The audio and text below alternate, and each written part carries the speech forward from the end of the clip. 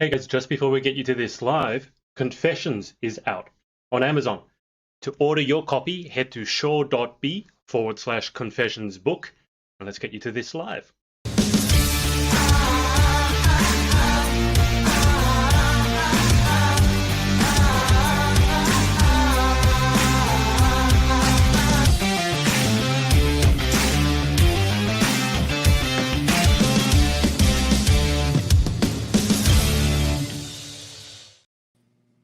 Hey everyone, it's Adrian from the Pageant Project with you again. I know I just got off live about 20 minutes ago. Our special guest for today is Brittany Mason, who is, you're a lot of things, Brittany. So first off, welcome to the show. Secondly, do you want to tell everyone everything you do? Because there's quite a long list. Oh my goodness. Well, what I have done, or what I'm doing now, what I'm currently working on.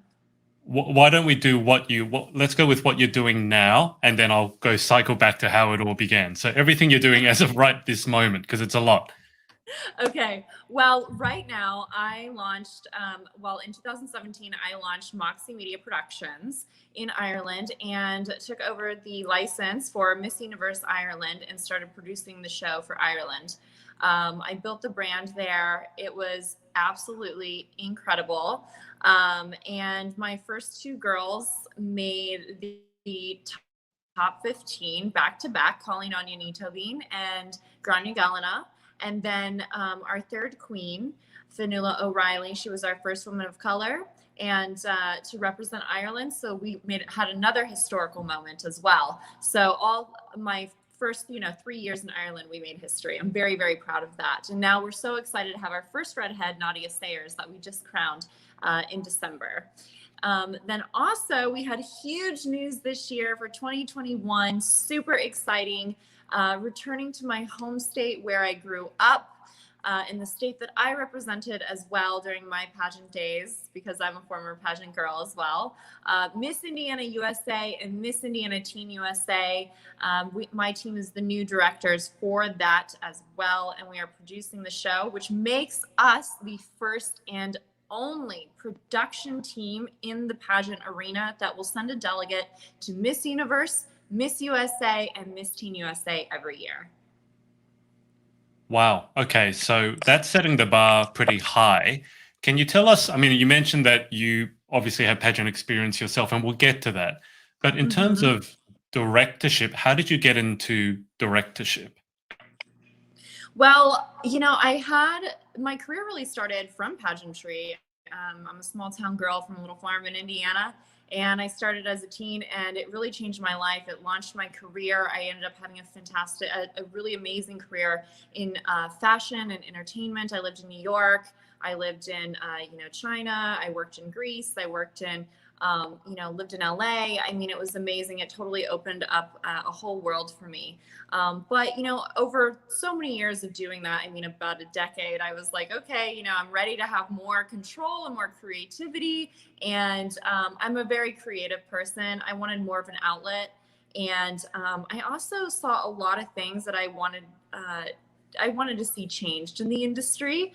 And I felt that after being on one side of the camera, I really felt that I could, bring a new aspect to the industry.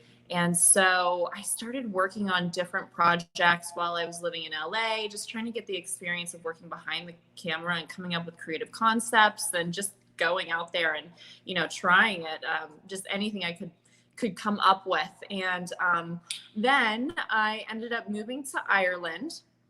And while I was in Ireland, I ended up taking some courses in film production and fashion design and just exploring, where exactly I wanted to go on the production side. And it just really felt right to me. Being a director and really having that overall influence. And because there's so many things that I am interested in, it's hard for me to pick just one. So being a director and for Miss Universe, it really just, it allows me to use all of those skills and to be able to, go in different areas that I'm interested in.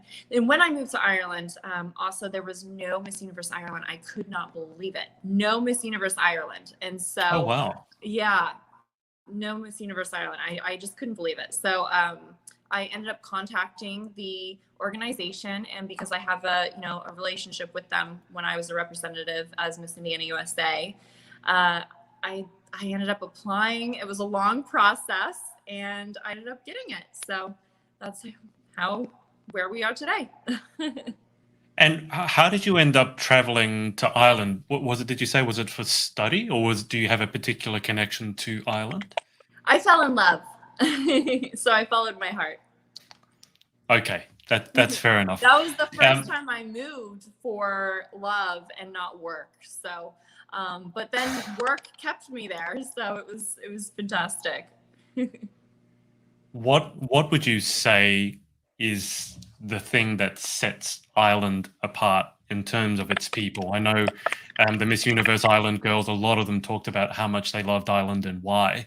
For yourself, being more of an outsider, although obviously you've lived there now, what is it about the Irish people that you think you'd most want to tell people outside of Ireland?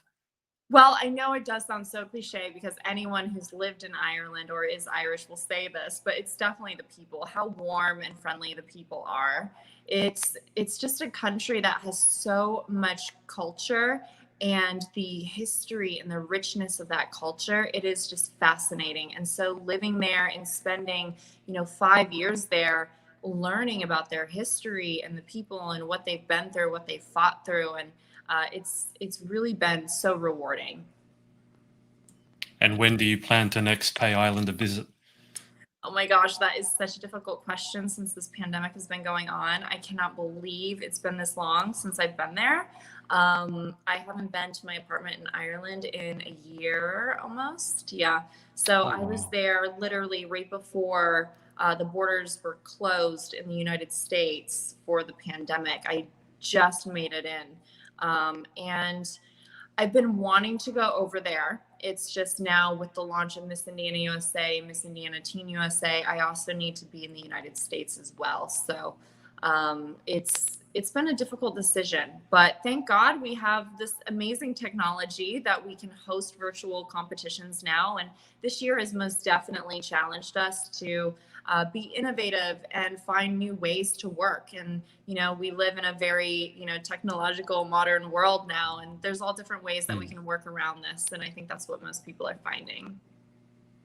I mean, you mentioned the technology, and I think you guys, as in Miss Universe Ireland, did an absolutely amazing job of not just holding the pageant, because that's one thing, but actually giving the girls an experience that they still enjoyed, even though it's very different to an in-person pageant. Yeah. But they really, really enjoyed it. How much planning, just to get an idea, how much planning or learning was it for you to offer the girls, to create that experience for the girls? I mean, you obviously done it in person before. How much of a challenge was it for you to try and give them something approximating that online when you weren't even in the country? Every day was a challenge, and every single day the show and the experience was changing because the girls, it means so much to me to give them a great experience. I want everyone that comes through this competition to get something out of it and to gain something out of it, to learn more about themselves, to become better, and to learn life skills that they can apply for success in any area of their life, personally and professionally. And so for a long time, we wanted to have a live show. We planned on having a live show. We kept pushing it back. And, we looked at different options, and a lot of different countries around the world were either appointing a winner or just crowning the first runner up from the year before. And we really just wanted to give the Irish girls an opportunity, even if it didn't look conventional, even though it just didn't look the same. There's still so many things that could be gained from this experience. And so, that's what Moxie stands for, strength of character and determination, a courageous spirit and a humble heart. And so that is what we are all about. And we stepped up to the challenge. And so we said, you know what, we're going to figure this out. And, we were totally upfront with the contestants. We were like, we just have to roll with the punches. We have no idea what to expect this year. We're going to continue trying to push forward with as much as we can. And we came up with so many different concepts. I think I planned that show out at least 20 times, and it just kept changing. And, every day I would try to come up with new assignments and stuff to keep them busy. They have been on lockdown since October. On lockdown. They're still in lockdown. And right now it's just been extended to March 5th. So we were not able to even get the girls in front of a cameraman. I wasn't even able to send a videographer to meet them in person. And it was very challenging. And what was so frustrating is that we made the competition smaller this year. We only took 12 girls. Yeah. Typically we take 30. So we made it smaller, only 12. And we really thought that we were going to be able to work around the restrictions and have a show with the 12 girls. Right after we made the announcement for the top 12 finalists, literally 4 days later, they went into lockdown, and they've been in lockdown ever since. So it was challenging, but like I said, we worked through it. We came up with some really great assignments for them that really challenged them to, for self-development. And it was a lot of fun. Absolutely. Do you think, assuming that the next Miss Universe Ireland will be held in person, and that's an assumption at the moment because who knows what's happening, but fingers crossed it's in person. Is there anything that you would take from the online pageant this year and transfer that to the next in-person pageant? Oh, absolutely. There were so many things that the girls, I asked for their feedback, what they enjoyed, what they'd like to see different and everything. And I'm so sorry. I'm so sorry. I'm assuming that's a dog. This is what we get when we work from home, my dog barking and people coming in and out. Sorry.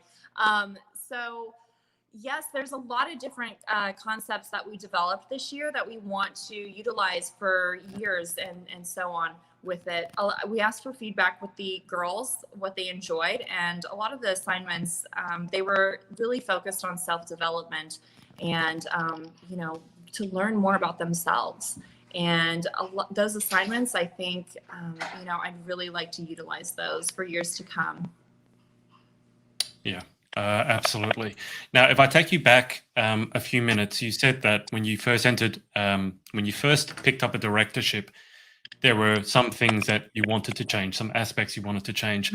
I wanted to interview you because from an outside perspective looking in, although I worked with the girls quite closely, it's rare for me, and it's rare for me to see a director who is so on task all the time. The girls know exactly what's happening. The girls know why they're doing things. They know what's expected of them, and they have someone who's both a cheerleader but also holding them accountable, wanting the best from them. And I got to say that's unusual. This is why I don't interview many directors. But what were some of the things that you wanted to? What were some of the aspects you wanted to change in pageantry? Oh my goodness. Well, I really, I didn't want the whole. There's so many misconceptions with pageantry.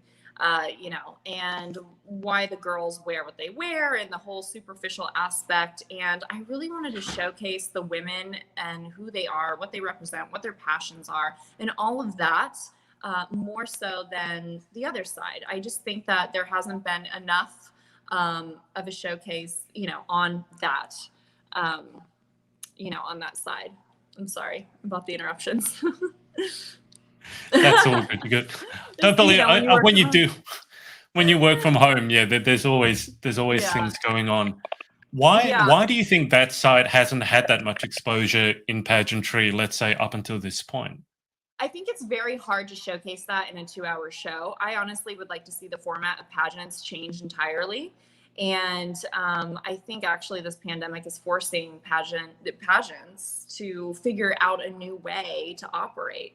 And I think there's a lot of good that's actually going to come out of this. I'm very optimistic about it, about the future. Very nice. Yeah, there's just so much that I wanted to showcase and change. And yes, number one was showcasing the ladies in an entirely different light. Yeah, and absolutely you did that, and you managed to do that online, which is no small feat.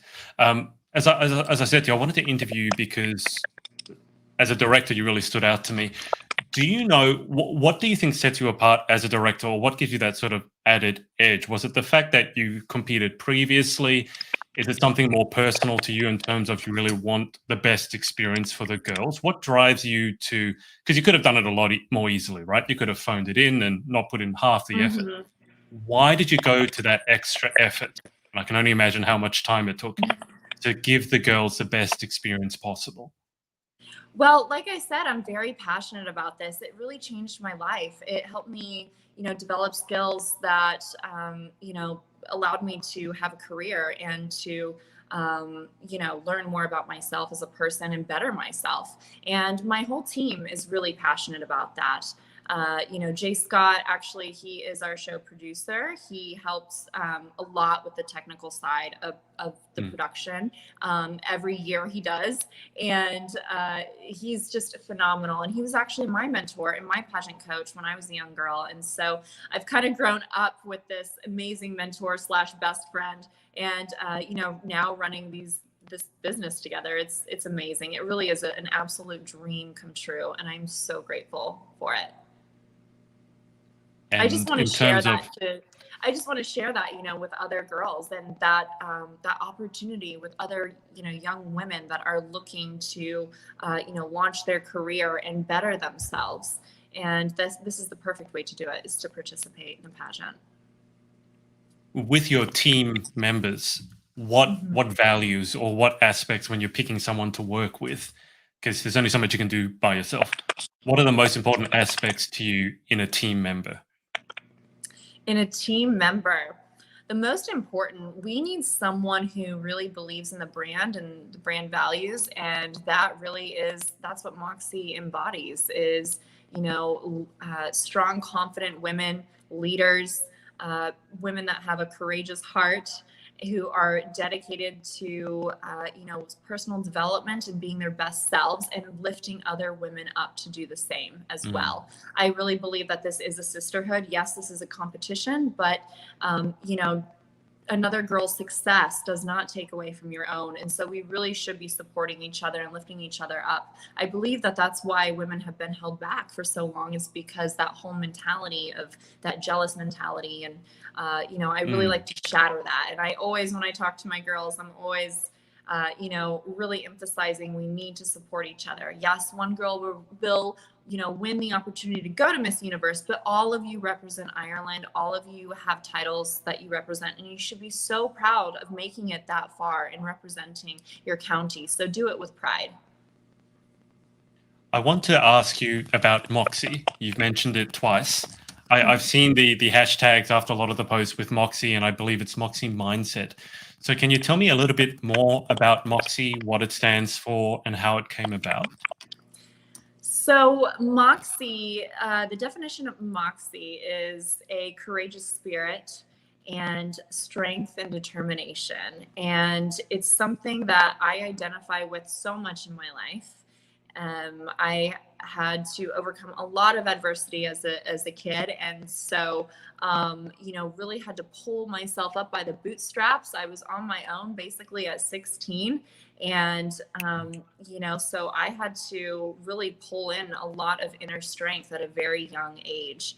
And it's kind of an old-fashioned word that you don't really hear used, but it's a word that my grandfather, who was someone I was actually very close with, he would use it, and he would use it to describe me. And so in about 2015, I kind of heard this word. I hadn't heard the word used in so long, and then I heard it used. I forget where or how, and I was just like, what is that? I love that word. What is that? I love that. And so I really looked it up. And then I was talking to an uncle of mine, and he said that, your grandfather used to say that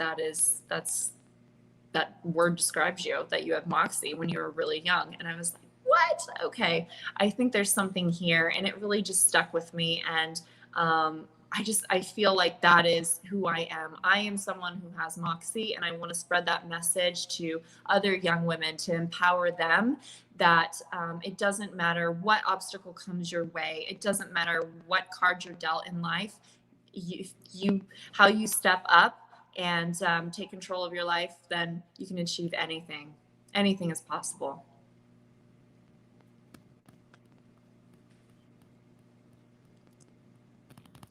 Can you hear me, Brittany? I Sorry, I can. dropped Did out you for a cut second. out? Oh no.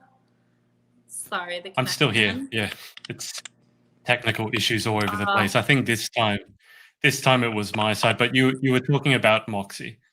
oh no, did it cut out on the whole thing? Oh no, no, just the last 5 or 10 seconds or so.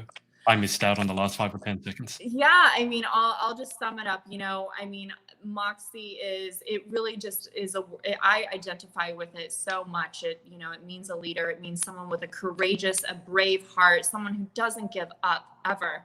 And I want to continue to spread that message to other young women, to feel empowered and to pursue their dreams. No dream is too big or out of reach. If you work hard enough and with enough determination and self-belief, you can achieve anything. Can we just talk about women's empowerment for a Yes, second? Because I get the feeling it's something that's hugely important to you. absolutely. In terms of, I mean, you've worked with, by now, I don't know how many young women. Are there any sort of core issues that you see amongst the women that you work with that you feel are holding them back? That are holding them back. Yeah, Uh, Core issues for women holding them back, number one is confidence. Number one. I mean, that's always, that's key. I think yeah. everyone struggles with that, male and female. We all struggle with that from time to time. And I haven't worked with new contestants in Indiana yet. I'm very excited to.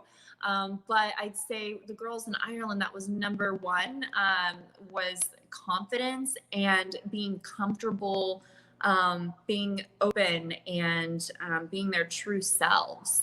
I think Mm. that a lot of people, we put on a mask, and we go on about our day, and we show the world the person that we want to be, but a lot of us live in fear of being our true authentic selves. And so that, I think that is what we encounter the most. And when I'm working with the girls, when I'm coaching them, everything that we do is to get to their core self. How can we bring out their unique qualities that make them who they are, that make them truly beautiful, not on the outside, but from the inside, and to celebrate that authenticity and to celebrate what makes them so unique. How do you help the girls that you work with? And I take your point that confidence is not just a female centric issue, it's certainly an issue that everyone struggles with, I think, in different ways. When you're working with someone who has low confidence, or maybe their confidence isn't as high as it could be, how do you help them find that confidence? Is it through discovering who they are? Because I find very often if I ask a girl who they think they are, they actually don't really know. How do you Mm. help a girl find out and discover who she is before she can go and show it? Yeah, I mean, there's a lot of that's part of the assignments, that a lot of the assignments we came up this year were highly focused on that. And so, Yeah. like I said, those are the things I definitely want to continue doing and further focus on the self development aspect that comes through pageantry. I Yeah, I mean, there's different ways to do it, but really challenging them and forcing them to get out of their comfort zone. I always like to start with movement. You get your body moving Mm. and loosen them up, and breath work, and that can really relax someone. And to get more to their true self in that way. Yeah. And so it's really about finding their authenticity, what makes them unique, what sets them apart, and celebrating that, and celebrating that, really, and flipping the script on the negative thoughts, because we're all guilty of it. Mhm. And as soon as you can flip the script on those negative thoughts, I always say, if you have a negative thought, you should replace that negative thought with two positive ones. And if you're someone Love it. who has a lot of negative thoughts, you need to times that by 10. Just, and visualization is so important as well. Here's an interesting question. You've worked with the Irish girls a lot, obviously. You're from America yourself. I've kind of had this theory that at least in Australia and the UK and Ireland, a lot of our culture is about not it's about being the underdog and Mm, not talking about yourself a lot. So for example, in Australia we have tall poppy syndrome. That means if you get taller than the other poppies, we've got to cut you down. I know in Ireland and the UK girls will say, for example, they always say sorry. If someone bumps a trolley into them, they say sorry. Whereas I've always Ireland. seen that Mhm. but I've always seen that the American girls tend to be much more comfortable talking about themselves and being proud about the things they've done. You talk about celebrating.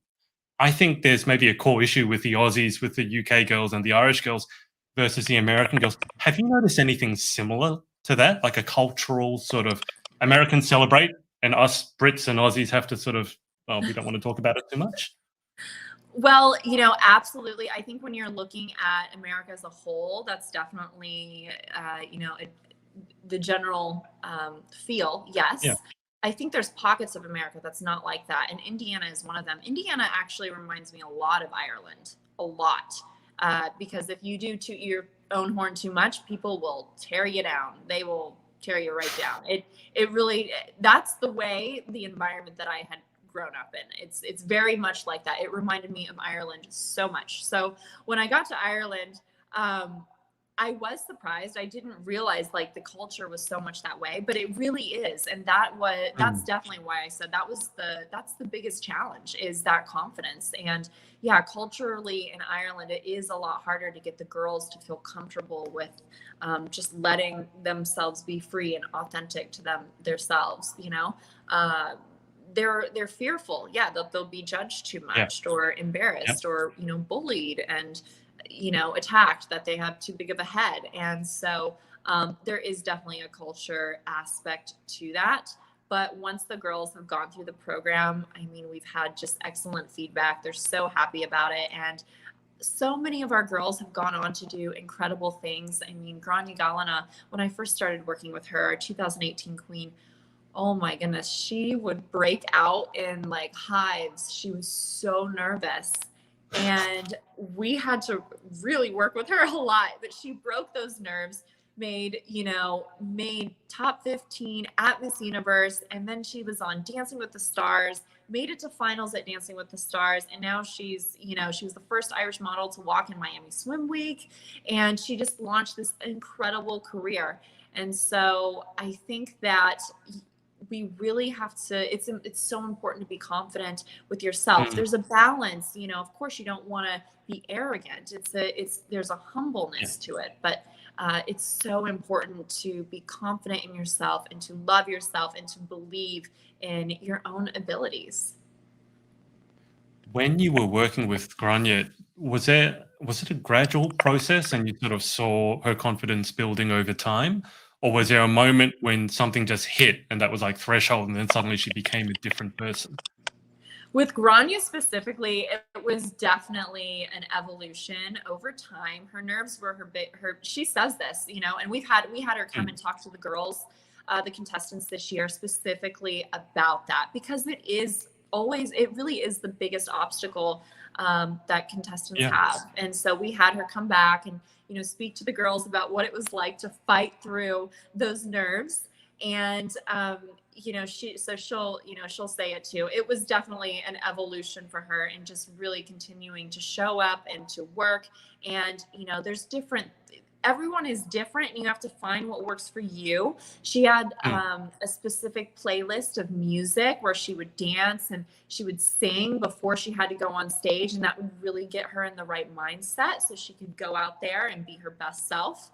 And so you have to find the little things that work for you, that'll keep you grounded and keep you centered before you perform. Absolutely. And the music is a huge one because all the girls, Yes. or the ones that I've worked with, have their go-to song or multiple go-to songs. So having that playlist that can sort of pump you up, definitely I think is underrated as a tip. But Brittany, can you tell me a little bit more about Indiana? Because I know nothing about Indiana specifically. I've never been there. I've been to the States, but not to Indiana. Can you tell us more about your home state? Yeah. Oh my goodness. Indiana. It's a great place. It has, it's known for, there's more than corn in Indiana. That's the saying. There's a lot of cornfields and cows and farmland.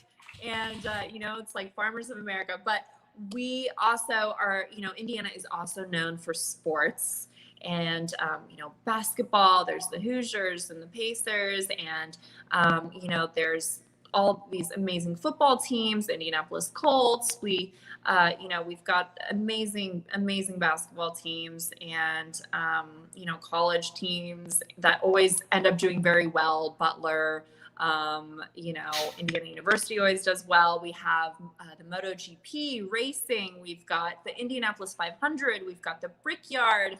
There's so many great things about Indiana. And I'd say similar to Ireland, the best thing about Indiana is the people and the values of the people in Indiana. We like to call ourselves the most northern state. So we have that southern charm. We're just a little further north than the southern states.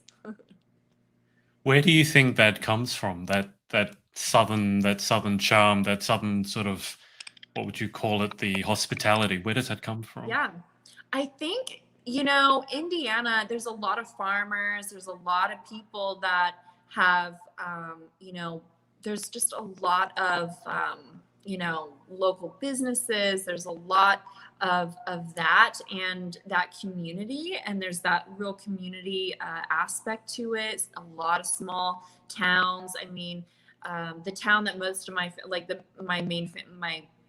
family was in, Markleville, 368 people. It's very small. It's a very small community. Yeah, Wow. Very small community. So, you have to look out for your neighbor, take care of your neighbor. And something that I've noticed, I have traveled and I've lived all over the world, and something I've noticed that is very unique to, my friends and from Indiana, specifically, or that area of America. Whenever you go out with your friends and you're leaving and saying goodbye, you always say, let me know when you make it home. Let me know when you make it home. Always. Because you always want to look out for them. You always want to know, hey, I made it home safe. That's it. And I've lived all over the world, and I just haven't had anyone do that anywhere else. I was just in Indiana last week, and I was visiting a friend, and we left. We were saying our goodbyes. And she said, okay, let me know when you get back, when you make it back. And I was like, oh, Lindsay, thank you so much for saying that. It makes me smile when I hear that, because I don't hear that other places. I don't hear that in Florida when I'm hanging out with a friend here. I don't hear that, when I lived in LA or New York, like, let me know when you make it home. It's just one of those things. You look out for each other and you have each other's back. When you were saying 368, I was anticipating there was going to be 1,000 after that, as in 368,000. I didn't realize it was 368 people. Yes. I understand what you mean. Mechanicsburg is even smaller. Mechanicsburg is right next to Markleville. It's literally just one dirt road. Well, it might be paved now. I don't know. I haven't driven on it in years, but we'll see when I get back to Indiana. I got to say, it sounds very small townish, but in a way that sounds very appealing. To kind of get away from the hustle and bustle of the big city. You mentioned LA, New York. I've been to both those places. I actually enjoyed New York a lot more than I thought I would. But I'm attracted to the idea of getting away from it all and just having some peace and quiet and some good old-fashioned hospitality. I think this pandemic has changed a lot of things for people. And, I always dreamt of living in the big city and, living a fast-paced life and, having that high rise and living in New York and traveling the world. And I did it all. And I love it. And when things open up again, I will definitely be traveling again. But, there is absolutely something so special about, going back and being from a small town and getting connected to your roots. And, I was back last week. I have a goddaughter, and her mother was my best friend growing up. We've been best friends since we were 13, and we've seen each other through all of our stages of life. And so, going back and getting connected with them again, and, being able to connect with them again, it was so nice. It was so special. And, they're family. And when you have that small community, it really is like a family. When you're on the road and traveling during more normal times, is there any aspect that you miss about being back in Indiana? Is there like one or two things that The would really people. make it feel like home? The people? I mean, the people, definitely, of course, the people. I also love Indiana in the fall. In the fall, when all the leaves turn, it is so beautiful. And you go out to the country and, you see all the horses and the barns and the trees have just made all these different beautiful oranges and reds and beautiful, beautiful colors just in fields. And you just see it. It just never ends, never ends. And the sunsets during that time, it's incredible. Also, the Indianapolis 500, of course. I can't not mention the Indianapolis 500. It's the month of May. It's the best time to be in Indiana. The best. Right. Okay. I mean, you're making this sound very, very appealing. So I think tourism in Indiana is about to, Yes. take an uptick. Yes. Brittany, I normally start interviews with this, but I'll ask you now. In terms of pageant history, how did you get involved in pageantry, the crazy world of pageantry, to begin with? Oh my goodness. How did I get into the crazy world of pageantry?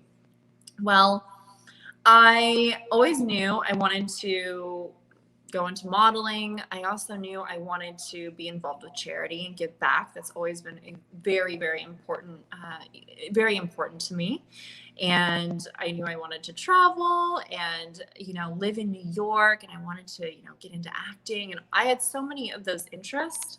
And I ended up signing with a modeling agency at 16, moved to New York, was living there in a model apartment, had my butt handed to me. It did not go well. It was during a time when the industry was very heroin chic, which is very, very thin, very, basically Kate skeleton. Moss.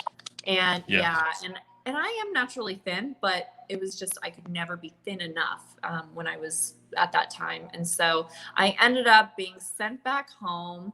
And, I was homeschooling at the time, virtually, actually, which was one of the earliest programs to be done virtually back then. This is all the way in 2003. So, yes, a long time ago.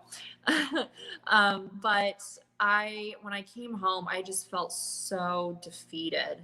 And but I was like, I have to do this. I don't know how I'm going to do it, but I'm going to do this. I'm going to get out of here. I'm going to make a different life for myself. I'm going to make a new life for myself.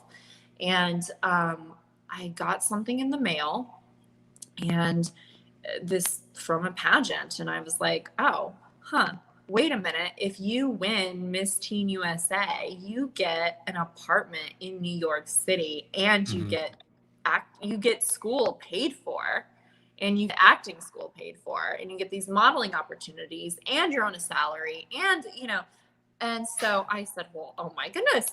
And you work with charities, and it had everything. It crossed off all the boxes. So I said, oh my goodness, I'm going to go for this. I'm going to go for it.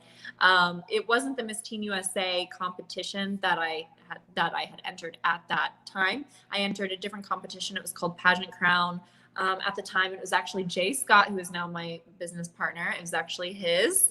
And so I ended up competing in his competition and won Teen Indiana for that system, and then ended up competing nationally. I won the national pageant, America's Southern Teen at the time, and with that came the title of Teen Model of the USA. It's a little confusing. There's a lot of titles. Teen Model of the USA.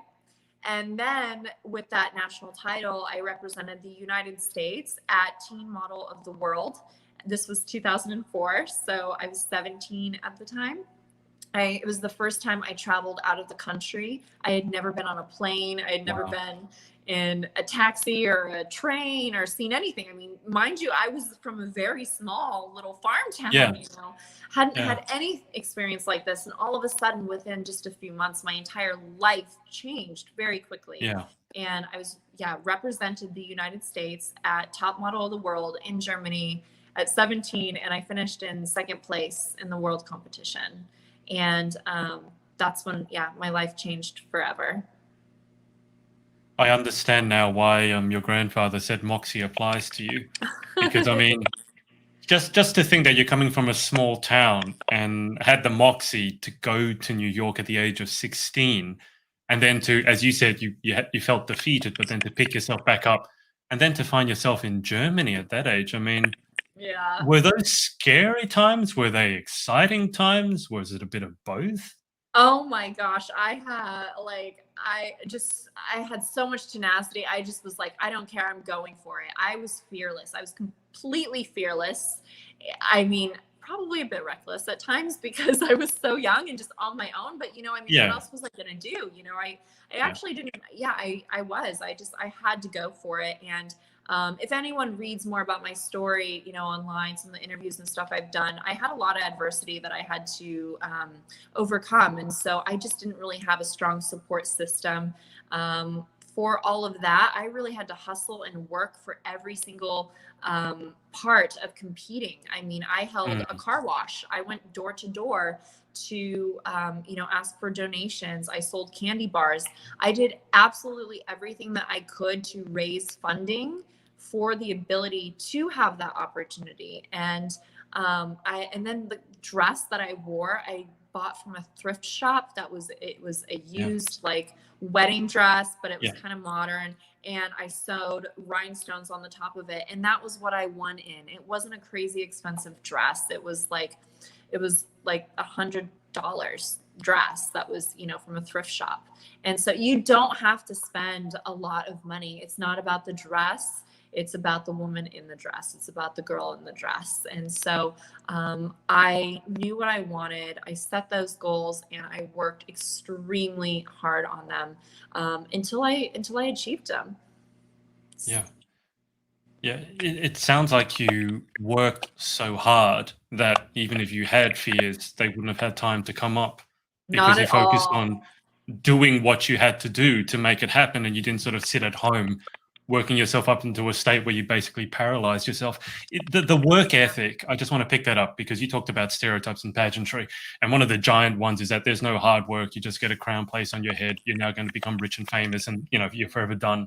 Can you just speak to that a bit? Because I think that's really important, the work that goes into the crown.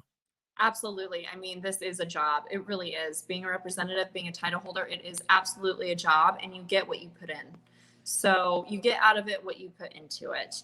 And, so I mean, there is so much, there's a lot of responsibility. You're representing a brand, you're representing yourself, you're representing a community. And Mm, so, you have to, there's so many things that you have to think about and with those responsibilities, and they're pretty heavy responsibilities. You have to always be on it. You never know. You have to yeah, always be prepared for anything that you could be asked. yeah, And at any given moment, or a job or an opportunity comes up, and um, in an hour, you have to be ready. You have to go. You yeah, gotta go. Otherwise, you're gonna miss that opportunity. So you have to take yeah. those opportunities as they come. And that those experiences also taught me so much about goal setting and how to achieve those goals. And that's why I'm in it now, and why I want to continue sharing what I learned through those experiences. Well, it's no wonder that your girls had such an amazing time, and I felt that you were so on it because you've lived that life. It's obviously not just something that you're talking about; you've lived it yourself. Um, I have to ask you this as a director. So, in your title holders, in your queens, what are the things? Two-pronged question. What are the things that you most look for in someone who's going to represent your brand and their country? And what are the sort of the pet peeves? So the two questions: what do you look for, and what, because I'm sure everyone's got pet peeves, what Yes. are the pet peeves when it comes to title holders or pageant competitors in general? I'm going to start with the negatives because I like to always end on positives. Okay. So, pet peeves, I would say, is people who don't put in the work, who don't take it, who don't show up. I think our team, we are all very passionate about this. We put so much work into this, and there's a lot of people that are part of our team also that volunteer their time. I mean, a lot of us, we volunteer our time to these girls. We all make a lot of personal sacrifices to create these opportunities to help uplift these women. So I would say definitely, girls that really just don't take it seriously, they don't show up, and that's really disappointing. But it's a disservice more so to them, rather than us. Yes. It's a real disservice to themselves, because this is it is truly a life-changing opportunity if you really put yourself out there in that way. And I would say that I think being on time is very important as well. Being on time. So, and when I say on time, I mean, being on time is technically late. You should always be 10 minutes early to everything. So, and ready, camera ready. Then I would say, what are we looking for most in a girl? Well, we're looking for a girl that has moxie, of course. We're looking for a girl that is a leader. We're looking for a girl that is confident in her voice and what she has to say, who is passionate about social causes, who is passionate about her goals, and who has a much bigger idea that surpasses the crown, because it's not just that year as a title holder. It's, what do you want to do with that year, but what do you want to do after that year as well? So we are looking for someone who truly wants to use this opportunity to, give back to the community, to, develop herself, be proud of representing her country or her state, and, who is going to truly utilize this as a launch pad to propel her on the next level for her career. And, I'm very proud of what all of our girls that have, won the title that we've managed are doing now. It's amazing. I'm so proud of them. Fanula O'Reilly, she is the new correspondent for Mission Unstoppable on CBS on Saturday mornings. It's a national show in the United States with Miranda Cosgrove. She was on iCarly. Proud of obviously Grania, who was on Dancing with the Stars, Miami Swim Week. Colleen on Unito Bean, she's just starting, a coaching system in Ireland as well, which is pretty awesome. She's the first standalone coach. So I'm really excited for girls to get that opportunity with her and then come to us as well, so they're even more prepared. We just want to keep pushing them to be their absolute best selves. And so I think that's going to be great for Colleen as well. Nadia, we have so many great things that we've got in the works for her too. I'm very, very excited. I wish I could announce the one thing we're working on with her, but not yet. Very soon, hopefully. Very soon. But, she's passionate with mental health, and it's so important right now with this pandemic. Everyone, I think, is, at some point this year or whatnot, we have to be mindful of our mental health and take care of ourselves. And what Nadia does it really is so fascinating to me, the charity that she works for, and how, she specifically teaches children how to manage their emotions through superheroes, which I think is just the coolest concept. So I'm very, very proud about what all of our girls are doing. Also, I have to say, our Miss Indiana USA girl, she also launched a podcast called Empower Her. And so you can follow her as well. She interviews women that are breaking social stereotypes. So I'm just so proud of all of the girls and what they're doing. That's what we look for. Well, that's amazing. Sorry, that was very long. Well, no. I mean, you expounded on it, but I mean, we get the core of it. I think at the end of it, it's not complicated. It is super important, though. I just want to ask you about girls finding their voice, and in this state, it's kind of struck me that it's very, very hostile at times. There's people on one side, and they're fighting the people on the other side, and they're just going at it. They're not having a reasonable conversation. They're just hating on each other. And we've seen, unfortunately, some violence and death around that this year. If there's a girl who wants to say something, but she's worried that she's going to be attacked on social media, if not in person. And I've had that experience where if you're kind of the person in the middle, the reasonable person, you kind of get attacked by both sides. Or if you actually agree with one side or the other, or your opinion is a bit controversial, they're very afraid to say it because they believe that as a pageant queen, they mustn't court controversy but I found then they can't say anything. Do you have any advice for girls struggling with that? This is a great question, and I think that this is an ongoing conversation. I don't think there's any Mm, right or wrong answer for this. Uh, and also, even if you don't say anything, some of those girls are even attacked as well if you don't even speak exactly. at all. I think that it's so with that it is so important to have a strong sense of self and to know that your voice matters. Everyone is going to have a different opinion, and you're not going to be everyone's cup of tea. Not everyone is going Mm, to agree with you. And we have to learn to respect that people have their own beliefs, have their own opinions, and we're all different. And so, but you have to be confident in your own voice. And if you feel compelled to speak out about something, then I think you should. There's a mm, way to do it where there is an of art to course. communication. And when I coach my girls, I say there's a way to do it where you can, not offend people that have differing views. And Mm, if you really develop your communication skills, there is a way, to communicate a different idea than what someone's opinion may be. And maybe they don't agree with you, but they will respect you. yeah. I just wanted to touch on that because I think it's super important because Mhm. a lot of young girls, young women look up to pageant queens to be an example.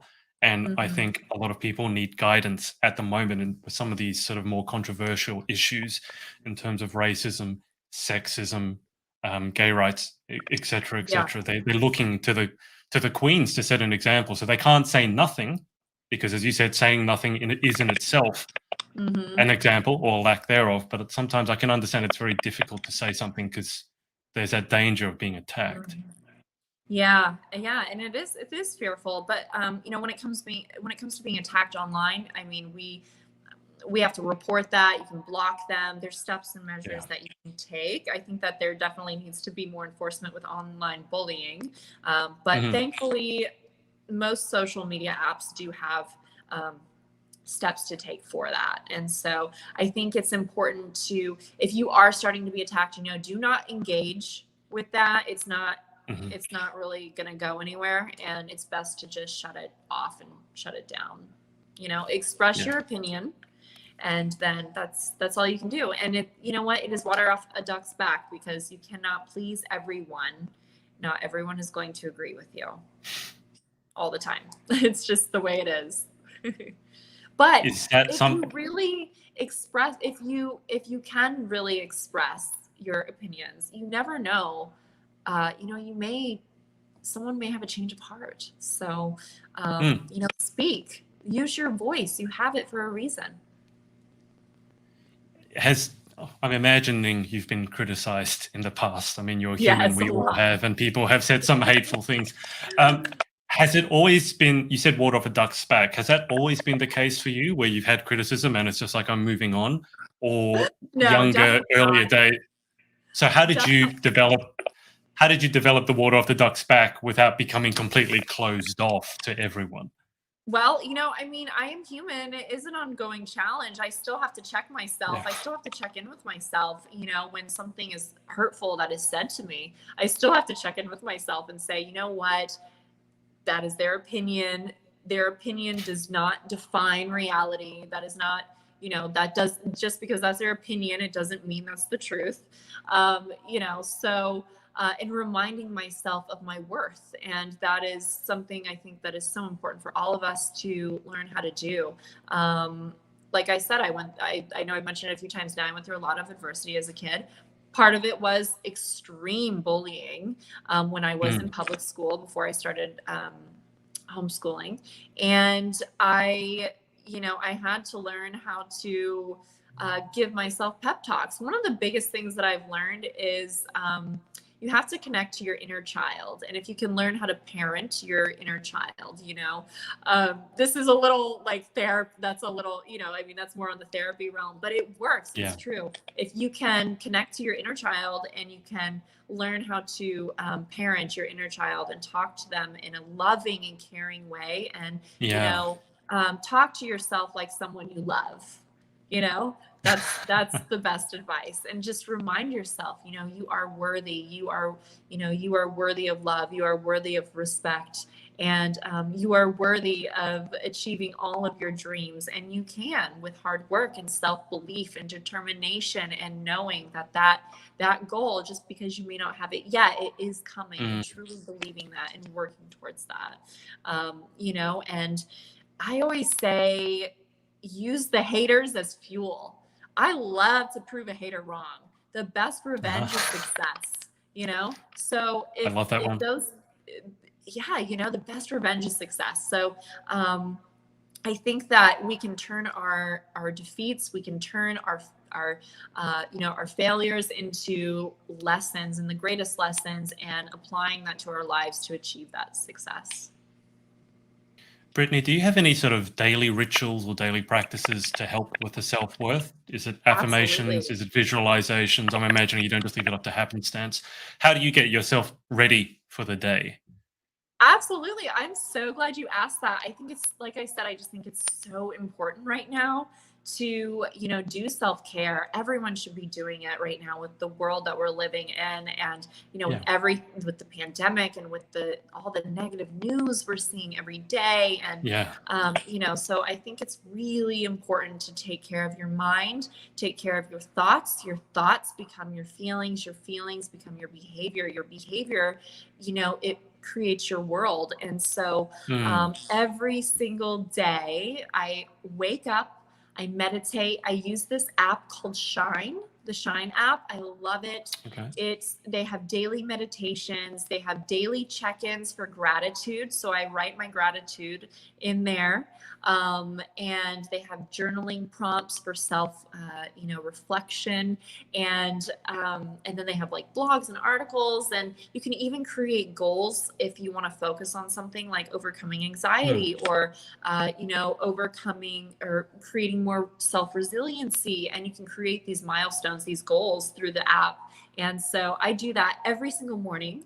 And then at night, I every single morning I do that. I try to do physical activity in the week, like tennis or yoga, Yep. or dance. I haven't been doing dance lately, but it is something I want to get back into for 2021. You know, I like to switch out different activities. It's important to keep your body physical, you know, Yeah. and moving. And then, but at night, my daily ritual at night then is affirmations. So, you know, those affirmations and speaking down to myself. So it's still a type of meditation, but it's more of self affirmations and positivity, feeding the soul, I like to say. I love it because exactly as you said, I mean, there's a lot of negativity at the moment. And because so many of us have been locked inside, it's very easy Yeah. to sort of let the negativity slip in. So that's why I wanted to ask you that question. It Um, is. It is. It's very, very hard right now for a lot of people. And so yeah. anyone who's watching, go download that app. It really is Yeah, I want to amazing. have a look. There's a lot of great apps out there. I like Calm as well. I love Aloe Yoga. They have a lot of great meditations and yoga and stuff that you can do at home as well. But I would say the Shine app really helped me, you know, just focus on gratitude, what I'm grateful for, creating that positive intention in the morning, and then, you know, falling asleep to, you know, my self-worth and affirmations. So go download it, everybody. It's an amazing app. Sounds perfect to me. I'm going to download it as soon as we're done here. Brittany, speaking of, let's move towards the close. Just before we do the final 10 questions, I'd like to give you a chance to do any shout outs. So any shout outs or thank yous to give to people who've supported you along your journey, pageant and otherwise? Oh my gosh, there are so many people. I mean, how do I mention everyone? Good luck. Well, I have to absolutely mention, you know, Stephen Patch. He actually had the idea for us to acquire the rights to Miss Universe Ireland, which really started this whole journey for Moxie and our team. So I am just forever grateful for that opportunity that was created, and you know, his belief in that. I'm so grateful for Jay Scott, Reed, who is our producer, who has been my mentor and absolute best friend. Whitney Green, she helps us with fashion and styling side of things. Vanessa Bartlett, she is our in-house photographer. There are so many people, all of our sponsors in Ireland, Dungeon Cosmetic Clinic, 01, Makeup Forever. I mean, there are so many people. Oh my goodness. There's so many people. I know there's so many people that I'm not mentioning, but please, you all know who you are. I love you all so much. Thank you all so much from the bottom of my heart for your support, your belief in Moxie and what Moxie does for young women. Thank you. The shout outs is difficult for most people, but I think for someone in the position such as yourself, it's probably bordering on impossible. So that's why I said, there are so many people through the years. I mean, so many, but yes. Well, it's as I say, it takes a village. It takes a village. So, Brittany, it really does. Final 10 questions. I finish every interview with these. It's not a speed round. If you want to go through it as quickly as you can, then by all means go for it. So, final 10 questions. Number 1, what is your favorite word? My favorite word? Well, I can't say, can I say Moxie? I mean, obviously, that's I was going to say, word. yeah. As soon as I asked the question, I was like, I bet it's going to be Moxie. So that makes sense. Question 2, what is your least favorite word?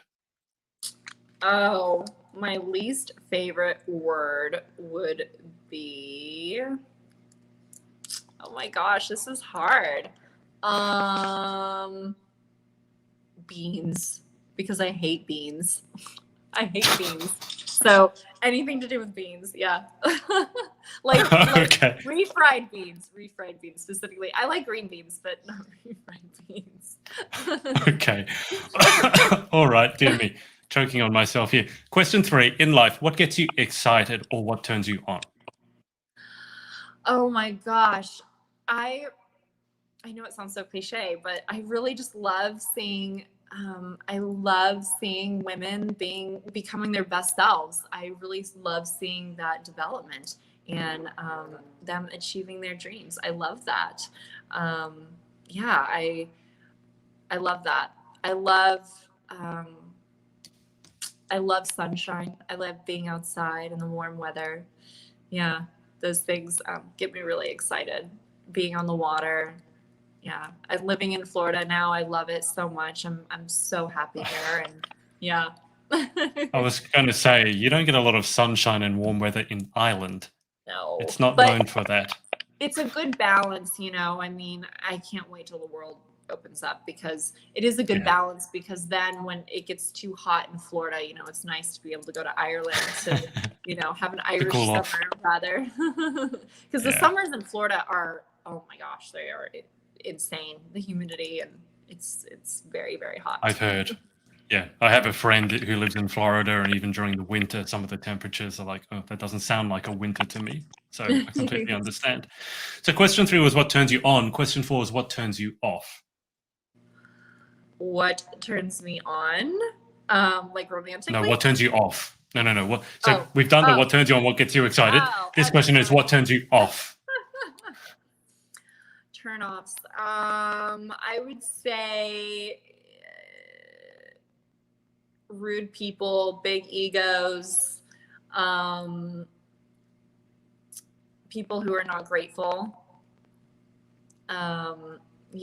Those things are big turnoffs. Not I think that gratitude is so important, and it's something we should all be practicing, I think, daily. So I think that people that don't respect other people, are big turnoffs, So that's tough. I mean, times right now with what the world is going through, angry people, hateful people, those kind of things. I think that we need to learn to respect each other, and that we're all different. We all have different opinions. And so, I mean, everyone has their own rights. And so respect that. Absolutely. Question 5, what sound or noise do you love? What sound or noise do I love? Um, what sound or noise do I love? But these are really tough questions. They're fun. They're silly questions, but oh my gosh, they're really putting me on the spot. Now you Yeah, know what I put the girls through. I know, right? But like, this is usually, I know it's funny because usually if I was, if I was on the other side, I would be like, you have to just have an answer. You have to just go. So now it's funny. I'm in the hot seat. I'm in the hot seat now. My favorite sound, I would say the dinging of the microwave, because I know I'm getting a real good snack. That's not the first. I've done so many of these interviews. That's not the first time I've heard that. Oh, Something to do really? with food. Food comes up in every pageant interview. I normally ask people what their favorite food is. And pageant girls cannot talk about food. Like, they cannot not talk about food. How can you All right. not? I know. Question 6. What sound or noise do you hate? Oh my gosh, what sound or noise do I hate? I hate like nails on a chalkboard, those screeching sounds, or when the TV is not fully turned off and you can hear that static. I can hear that. I know some people can't hear that, but I can always hear it if a TV is not turned off, and I can hear it. It gives me a bit of a headache. Did you know that men lose the upper range of hearing earlier on than women do? No, I did not know that. So I I'll I just did tell you not. this, because I have very sensitive hearing. I'm a musician, and I was sitting in front of the computer editing, and I could hear a high-pitched whine, and I could actually see the sound wave on my video editing software. And I was asking my friend next to me, he's like, "You can't hear that?" Literally, he could not hear it. At a Oh my, certain frequency, they stopped being able to hear, so I was getting a headache. He couldn't hear it at all. that's So there's a good insane. chance you can actually hear something that other people can't.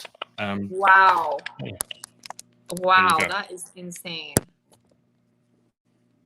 I did not Let's know go to that. question. Let's go to question 7. If you could have any one superpower, what would you pick and why? To fly. I want to fly. I think that my spirit animal is probably a bird or something because yeah, I would love to fly or to, be able to teleport myself anywhere, any given time. I love traveling. And so if I could just, Yep.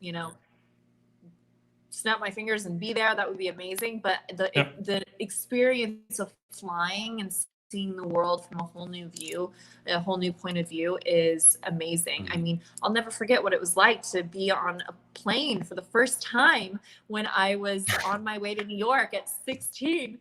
And on that first flight and taking off and looking out the window and just seeing how everything was just so small below, and then coming into Yeah. New York City at sunset where all the lights were on, and it was just, my heart just stopped and I Mm. felt so alive. And yeah, I always felt that connection to New York since that moment, coming in and just seeing Yeah. the world from a whole new point of view. I felt like anything was possible. New York does that to you. I say that Yeah. because I flew into New York at that time as well, and I come from Sydney, which is a fairly big city. But New York is something else because everyone knows New York, and you just Yeah. watch it as you come. It's something else entirely. Question 8. What job or occupation other than your own would you most like to attempt? Oh my goodness. I always had thought about becoming a marine biologist. I love animals. I love dolphins. I love dolphins. And I always wanted to, swim with dolphins. And when I was little, I like would pretend to be a mermaid and, swim under the sea. And Ariel the Little Mermaid was my favorite cartoon. And I took some, zoology class. And so I was always very interested in that.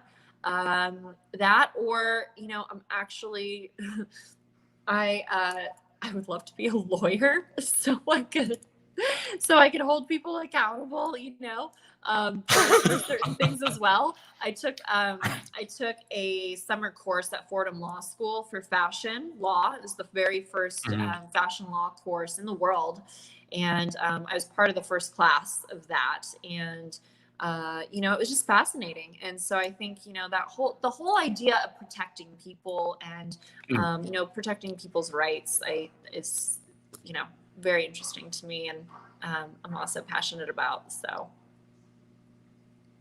Question 9. What job would you definitely not like to attempt? Oh my gosh. A job that I definitely would not like to attempt would be probably plumbing, a plumber. Can you imagine? Why does everyone say that? Everyone says that, really? Or Really? the 50 to 60%, I would say, with this question, the answer is something to do with plumbing or cleaning. They don't want to be a janitor. They don't want to be a garbage man. It's always... Garbage men make really good money from what I understand, They do. actually. So, yeah. They really do. And if you are in general waste, there's also a lot of great money in that, because, you never run out of stuff to, No. that never stops. So, but Exactly. I say, I think, plumbing, toilets, anything with toilets. Have you tried it ever before and it went horribly wrong, or you're not even going to attempt? No. I don't know anything about plumbing. No way. Dear me. All right. Final question. If heaven exists, what would you like to hear God say when you arrive at the pearly gates? Oh, Brittany, you still there?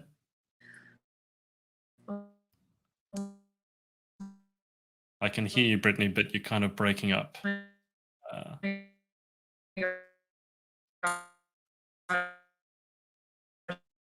That is a very odd sound that's coming through. Guys, give us a second. Let's see if we can get Brittany back.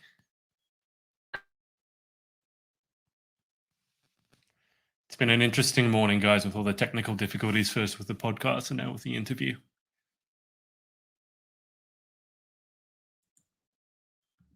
Bear with us, guys. We'll be back in a sec.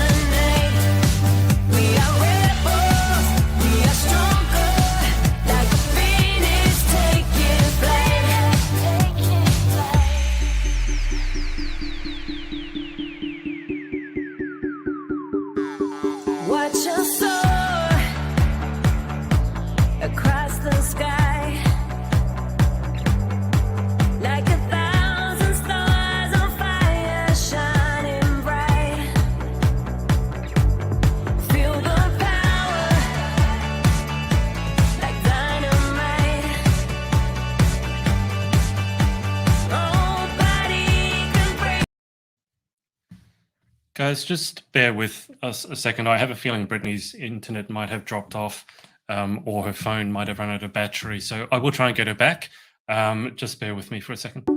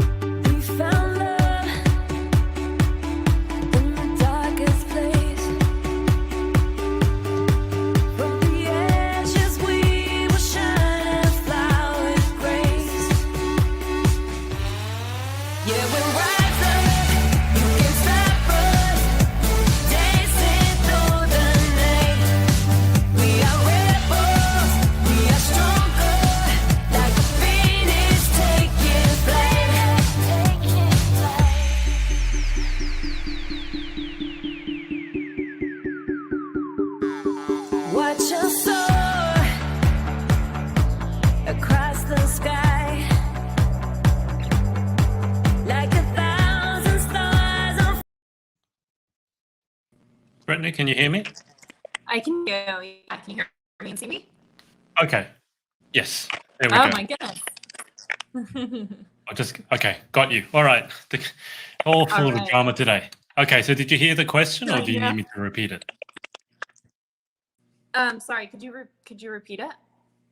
Sure. So final question, if heaven exists, what would you like to hear God say when you arrive at the pearly gates? I would like to hear him say, Brittany, I am so proud of you. I know you did the absolute best that you could. You fought through every obstacle. You gave your heart and soul to everything. And I forgive you for your mistakes. And I am absolutely so proud of you. And I love you. And here's a beautiful cloud that you can graze on for the rest of eternity. With endless ice cream. That's a lovely answer. Well, Brittany, that's about it. So thank you so much for your time. Thank you. Thank you so much for having me on the show. I truly appreciate it. Thank you, everyone who is watching. Be sure to, visit us. Visit me on Instagram at Brittany Mason Official. And you can also follow our Miss Indiana USA, Miss Indiana Teen USA, and Miss Universe Ireland all on Instagram. And I can't wait to have a great year. 2021, we will see you soon. Thank you so much. Thanks for having me on. Perfect. Anytime. It was great getting a chance to chat to you. I'll keep you on the line for just a second whilst I hang up with the audience. Thanks, guys, for watching and putting in the comments, whether it's live or on the replay. And we will speak to you again very, very soon. Hey, guys. Thanks so much for watching. Hope you enjoyed. Remember, Confessions is out. To get your copy from Amazon, head to shaw.b/confessionsbook. And I'll see you next time.